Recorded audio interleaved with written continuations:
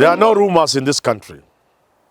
The difference between rumor and facts, innuendo and reality, conspiracy and truth is always blood.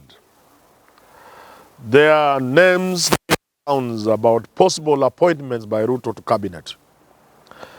Coming from Kenya, we would most certainly believe that the names that are being floated and being given and given what we are seeing, including the people who have traveled with the president to different places, close allies.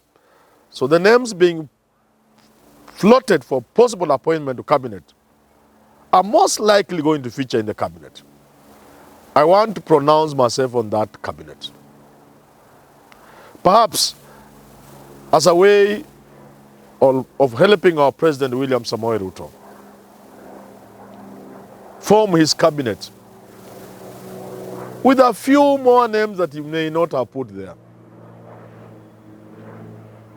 Now,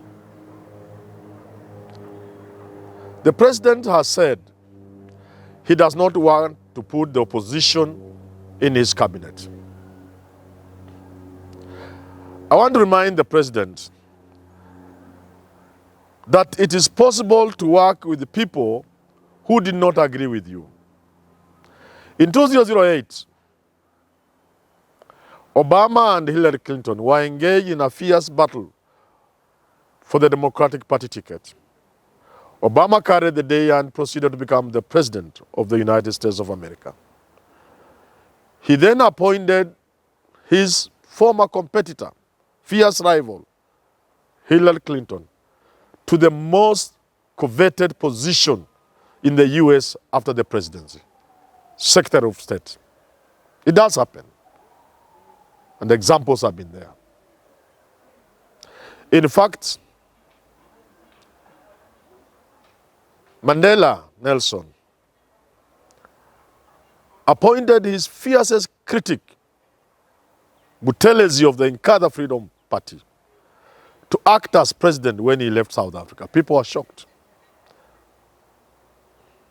Abraham Lincoln is famed for forming what was called the team of rivals.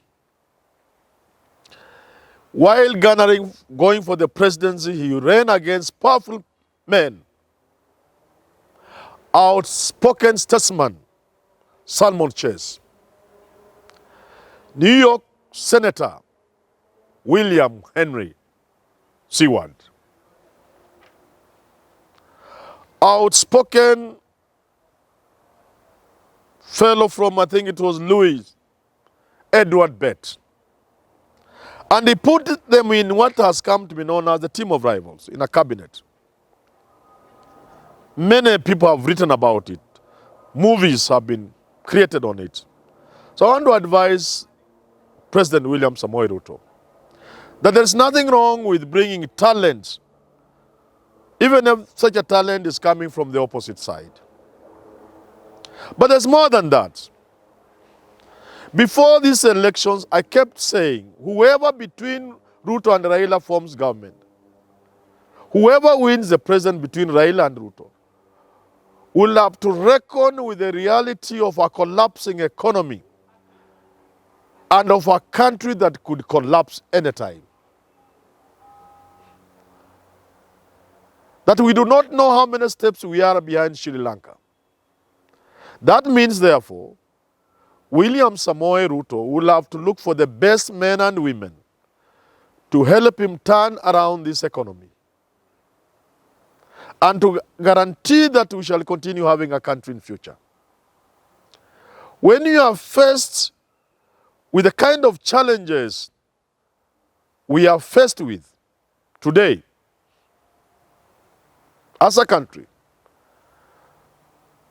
it will be parochial to insist that your cabinet shall be made of 1, people from your side, 2, of close confidence and loyalists. Loyalty is important. Loyalty is important. Rewarding friends is good. But when you have a near collapsed economy,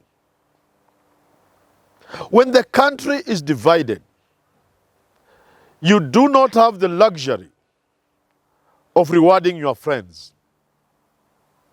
And there are reasons for this. I wish to remind the president that top of the list of the things he must do, other than reviving the economy, is to unite this country. We are in a country where 7 million people voted for the president, 7 voted for Raila Odinga. That is a 50-50 situation. But what is worse, the people who voted for Raila feel their election was stolen. This is a hurting population. When you have people who are burning inside, it is dangerous for a country that is multi-ethnic like ours. Any small thing happening could trigger chaos for us. And therefore, you want to try as much as possible to lessen the feeling, the bad feeling people have about this election. The feeling that a sizable population of this country has, that anybody other than a Kalenjin or a Kikuyu will never be a president of this country. There can be no better way of dealing with this situation of division in the country than bringing as many Kenyans as possible into your cabinet, Your Excellency. And therefore the idea that, one, you will not bring in the opposition is a wrong idea. Two, the idea of giving cabinets to the cabinet positions to the names that are going round actually reduces to an idea of reward, of loyalists, sycophants. Heal the nation. Begin by forming government that send the signal to the public that yes, half of you voted for me, half didn't vote. But that's not enough. 7 for you, 7 for Raila, 7 didn't vote. That means out of every 10 Kenyans, only 3 voted for William Samoei Ruto. He must bring the others together. There is no better way than forming a government that quickly sends the signal that elections are behind us, that you are crafting a government for Kenyans, made of Kenyans, irrespective of how they voted. Send that signal, Your Excellency. Again, second reason why I doubt that the names being floated will do justice to this country. Not just in their inability, in my way thinking, a good number of those people cannot be cabinet secretaries in a country facing the challenges we are facing today. I've said this repeatedly. This country requires the best men and women for every assignment we have. And therefore, beginning with the cabinet must be made of the best men and women this country can produce. Something akin to the 1998 or 99 thereabout Dream Team.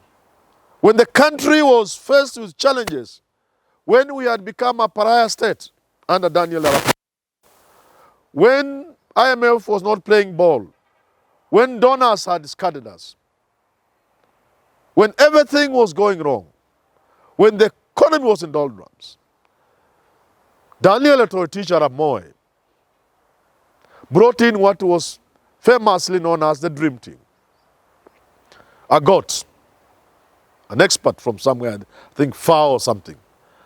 Martin Odwall from the banking sector.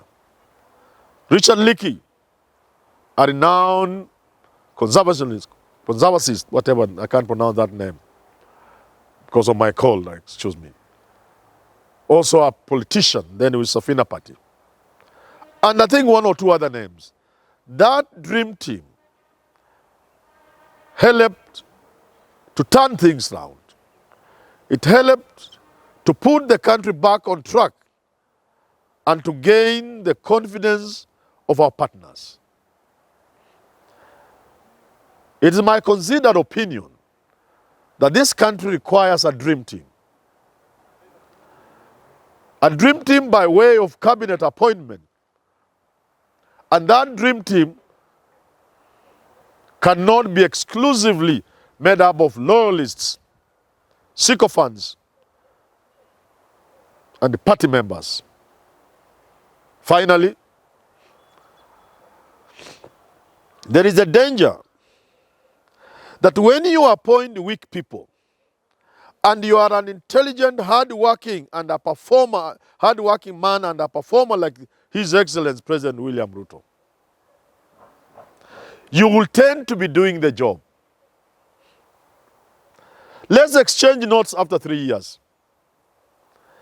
If the president proceeds to appoint the men and women whose names are doing the rounds, I can assure you that it will be the president running government.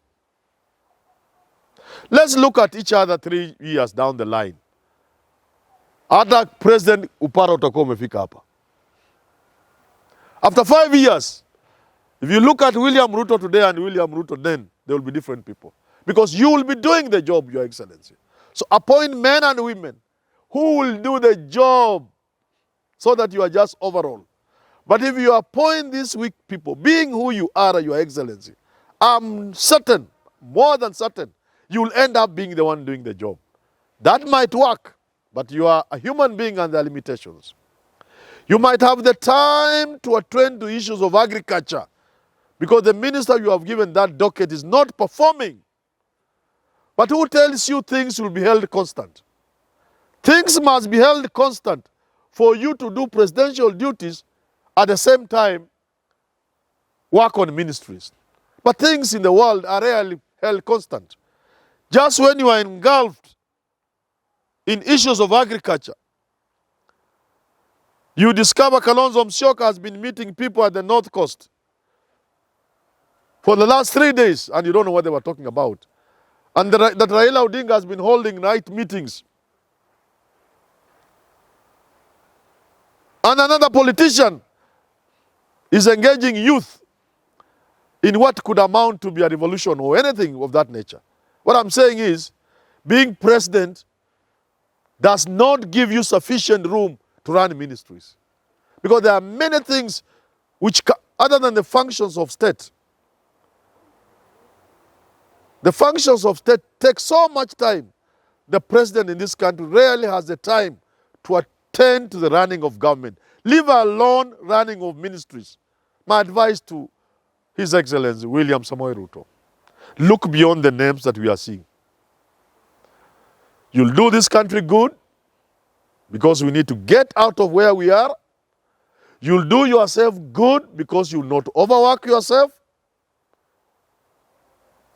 And you'll send a signal to the rest of the country that you are serious about uniting this country and that you are serious about moving this country to the next level, which will be evident in the manner in which you appoint your cabinet that should go beyond the names doing the rounds.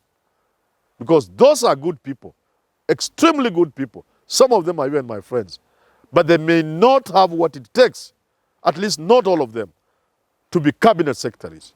One of the biggest challenges Uhuru Kenyatta had was to keep in cabinet men and women who made zero contribution. And yet he kept them there for 5 years. You cannot afford that luxury. The country is at a point where every passing day is a reminder that we could be going into a ditch. We save ourselves. We guarantee ourselves a future if we appoint the right men and women into cabinet. And I hope you'll do that, Your Excellency.